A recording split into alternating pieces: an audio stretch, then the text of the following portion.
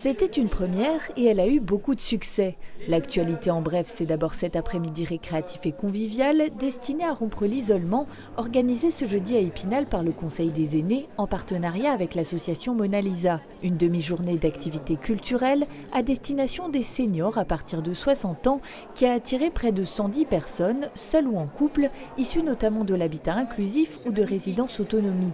Au programme, une visite de l'exposition actuelle de la plomberie pour une sensibilisation à l'art contemporain, mais également une découverte des locaux et des services proposés par la bibliothèque multimédia intercommunale d'Épinal, pour finir avec une séance de cinéma couronnée d'un goûter.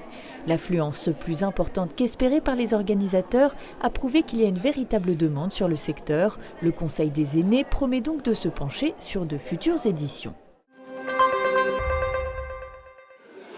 Avec 3 stands, c'est la première fois que l'opération avait une telle ampleur. Ce jeudi midi, dans le hall du restaurant scolaire du lycée Claude Gelée d'Épinal, près de 600 jeunes ont été sensibilisés à la santé sexuelle, principalement les maladies transmissibles, ainsi qu'aux actes de prévention des cancers du sein et du testicule, pathologie décelable dans un tout premier temps par les autopalpations. Moins médiatique que celui du sein, le cancer du testicule est le premier impactant les hommes de 15 à 35 ans.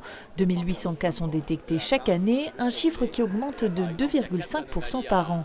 Après un traitement, le taux de survie à 5 ans est de 97%. Quand il y a eu un léger problème avec les rouleaux en carton, 3 fois rien. Heureusement, j'avais gardé l'extincteur pas loin. Ils sont montés sur scène pour déclamer leur texte préféré. Samedi dernier, la BMI d'Épinal accueillait pour la 6e fois la finale départementale des petits champions de la lecture.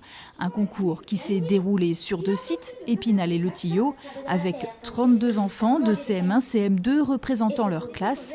Ils étaient en tout 200 000 en France et à l'étranger. Chacun avait 3 minutes pour convaincre le jury, ici composé d'une enseignante, de 2 bibliothécaires et d'une professeure de théâtre.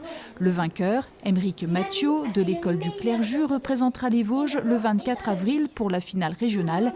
L'aventure culminera avec la grande finale nationale le 25 juin à la Comédie Française de Paris. Vous grandissez chaque jour, mais si lentement qu'en une semaine, vous ne vous en rendez pas compte.